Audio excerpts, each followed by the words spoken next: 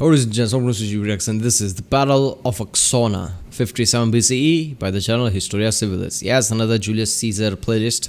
This is the sixth video. Previous one was, nobody's here chaos. Yeah, where, Claudius just went ballistic. Yeah, that's what's happened when you put a pleb in charge. Even though he was a patrician before. Yeah, so in this, I guess we are finally going to see Caesar in battle. Previous year was all just politics. Even before that, so past two videos was just politics and senators. Now we are going back to the battlefield. So yeah, it's going to be fun. Remember, if you like my reaction, don't forget to like and subscribe. Check out the reaction. There's a link in the description. Check out the cast of play. Check out the end cards, and yeah, let's watch it. During Julius Caesar's first winter as the governor of Cisalpine Gaul, Transalpine Gaul, and Illyricum, he returned to Roman territory to tend to his administrative duties, while his right-hand man, Labienus, wintered with the army in Gaul. During this time, Labienus kept Caesar updated with regular reports. Late in the winter, rumors started to circulate that the people in northeastern Gaul, the Belgae, were considering forming a loose confederation, aligned against the Romans. The Belgae were alarmed by the fact that the Romans were taking such an active role in Gallic affairs. Moreover, the Romans appeared to be making themselves comfortable. But isn't this the area where is today? There is Belgium, Belgae, Belgium. Coincidence? I don't know. In Gaul by wintering there in a semi-permanent camp. By the way, the Belgae were right to be alarmed. Yeah. After receiving these reports from Labienus, Caesar began to raise 2 more legions in Cisalpine Gaul, which brought his total up to 8.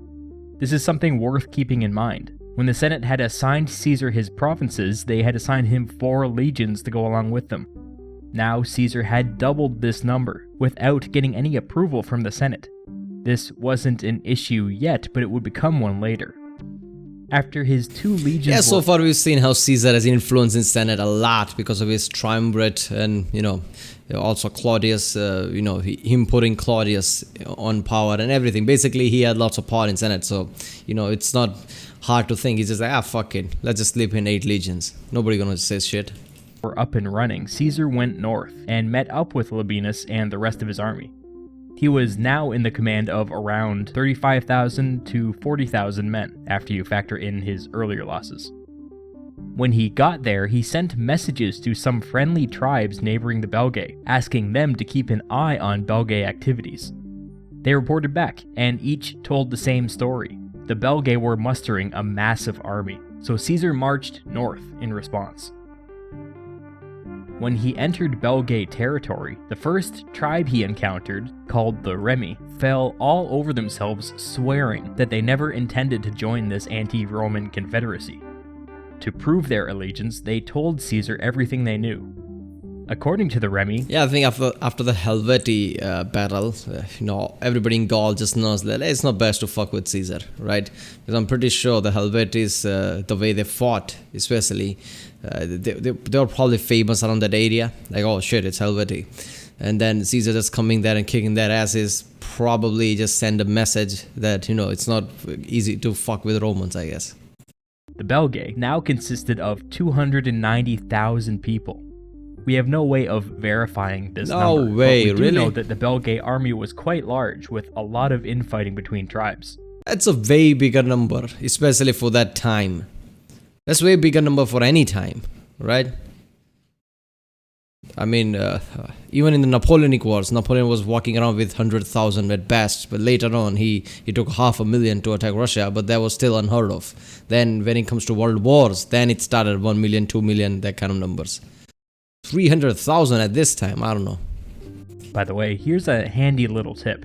These ancient sources have this nasty habit of trying to inflate the size of enemy armies by sneaking women and children into the counts. Here's the trick. Any society with a high mortality rate tends to be around 50% children. Also 50% female, obviously. So you take the given number, divide it by 4, take a little bit off to account for the elderly, and that gives you a very rough estimate as to the maximum number of fighting age males in that society. In this case, we get something like 70,000 men. That's a plausible number, and we have some anecdotal evidence.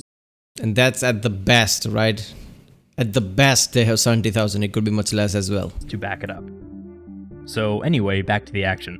By now, the Belgae were on the move. The first target in their sights were the Remi, who were now passing information to the Romans. The Belgae advanced on a town called Bebrex, which was the capital of the Remi. Caesar responded and also moved towards Bebrex. As he approached the town, he came to a bridge.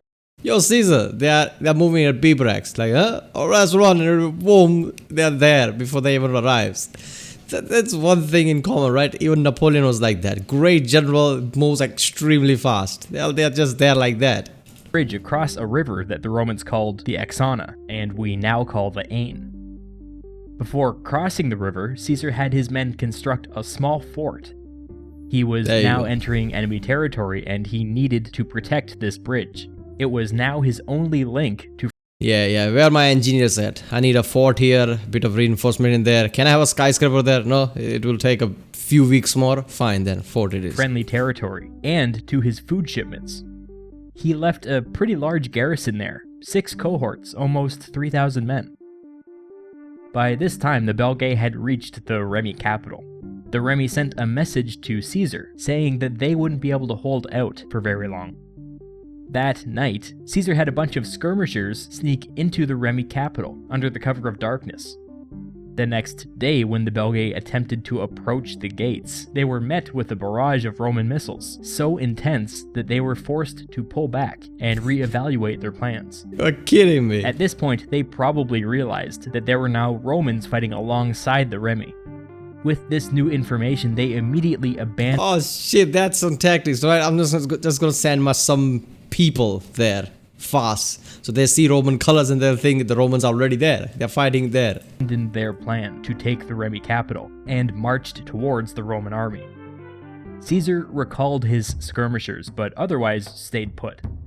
He deployed up on a hill, with the Axona River behind him and a bit of swampy, wet land in front of him. This was a strong defensive position. He put his 6 experienced legions at the front, with his 2 green legions in reserve, just like he had done in the past. The Belgae arrived, and over the next several days, not much happened. There were some cavalry skirmishes, but little else. It was a standoff.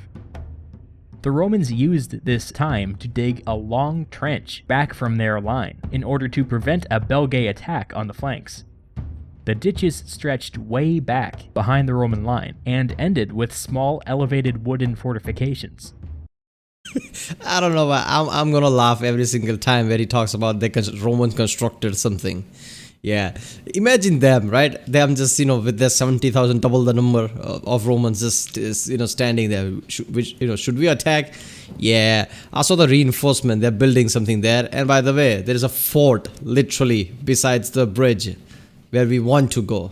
There's a small fortification of a fort there, and they are digging out trenches on the mount, on the hill. And yeah, they are more reinforced. The more we speak here, the more reinforced they get.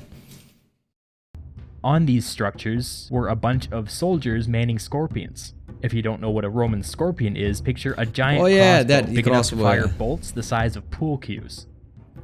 Even though the Belgae outnumbered the Romans by a lot, attacking through a swampy area and then uphill was pretty suicidal. Yeah, that's just fucked Even up. worse, the Romans were digging in, meaning that the Belgae were losing their advantage by the day. They needed to force Caesar down off that hill. The easiest way to do this would be to cut off his food supply, and the easiest way to do that would be to take control of that bridge. But as we know, Caesar had already thought of this, which is why he left almost 3,000 men to defend it in the first place. The Belgae formed a group of as many as 10,000 men to go and take the bridge. Imagine if Caesar was like that, doing all these great tactics, like trenches and everything, fortification, that crossbow thing there, on the hill, just, perfect position, then forgot to put anybody besides the bridge. And these people cut off his food supply, like, man, that's a very stupid mistake on my part. But yeah, Caesar's not doing that shit. Their plan was this: ford the river, swing around, and attack the Romans defending the bridge before anybody realized what was happening. Then, if Caesar wanted to be stupid enough to try and retake the bridge with 10,000 Belgae on one side and 60,000 on the other, that was up to him. If not, he would be cut off, and they would just starve him out. Assembling 10,000 men and having them cross a river is no small thing. and Caesar could see it all happening clear as day from his hill. Implying that 10,000, all of them would survive 3,000 Roman, soldiers there. I don't think all of them, at best 4,000 would survive. Yeah, if all the 3,000 Romans would die, they would take a massive chunk, like 7,000 with them. Top perch. Caesar obviously didn't want to abandon the hilltop, since forcing Caesar down off the hilltop was the entire point of the exercise. So he left all of his infantry in place, but gathered together all of his cavalry and all of his skirmishers. Caesar then personally led them down off the hill, across the bridge, and to the Belgae They are crossing there. Caesar just walking on the bridge. What you doing out there? Crossing? Is water too cold? I'll meet you on the other side. He moved with exceptional speed, and when he got there, only a small number of Belgae had actually completed the crossing. He charged this group with his cavalry, killing most and driving the rest off. Then, when his skirmishers caught up, they opened up on the Belgae still crossing the river, throwing javelins and slinging stones. The Belgae, mid-crossing, couldn't handle this heat. Some made it to the other side, at which time they were simply cut down by the cavalry waiting for them. Many were killed in the middle of the river, and the rest turned back. The Belgae plan failed miserably, and by the way, that wasn't fast forward. That's how they ran. Extremely high speed. Now they were in a weaker position than ever. There was a big meeting between the Belgae tribes. There was no one leader in command, and there was a lot of infighting.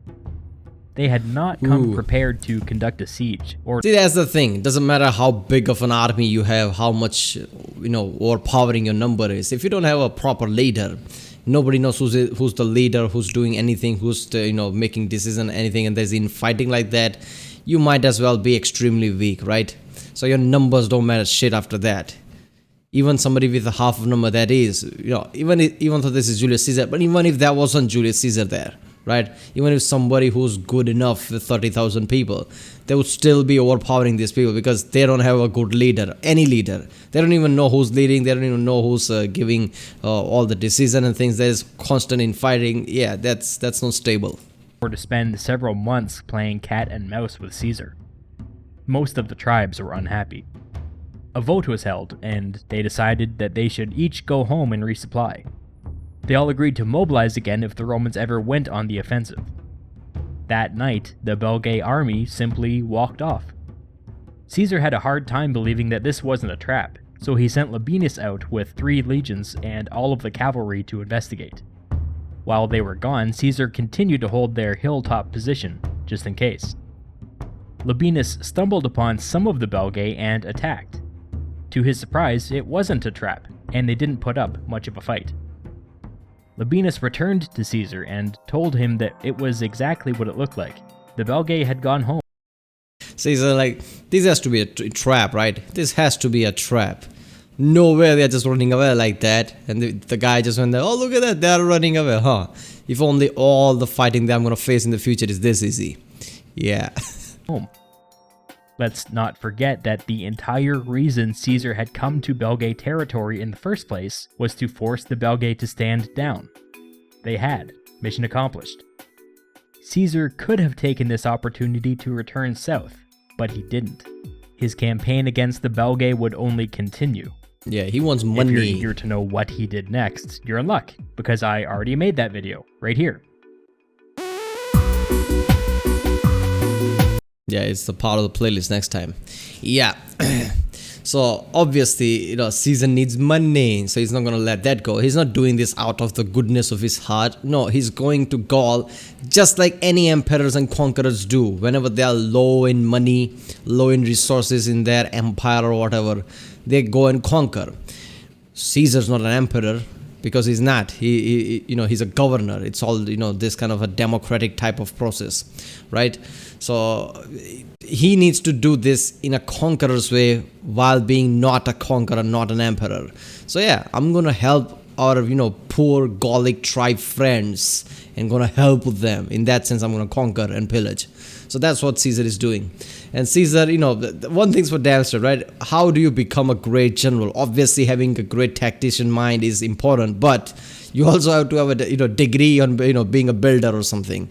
Degree in engineering, yeah. Build forts here, dig out trenches here, yeah. A small fortification wall would be nice. This guy is ridiculous, man. He just goes and even starts building things immediately. It's like Romans, I can imagine Roman army just walking with swords and everything, but also with plywoods and everything. They're like, oh, okay, where's my hammer? Where's my plywood? And those people are like, oh, you know what? Romans interfering in Gallic affairs. I can see through that. Even though lots of tribes are stupid, they're thinking Romans are helping them. I can see what Caesar is doing. And they were right.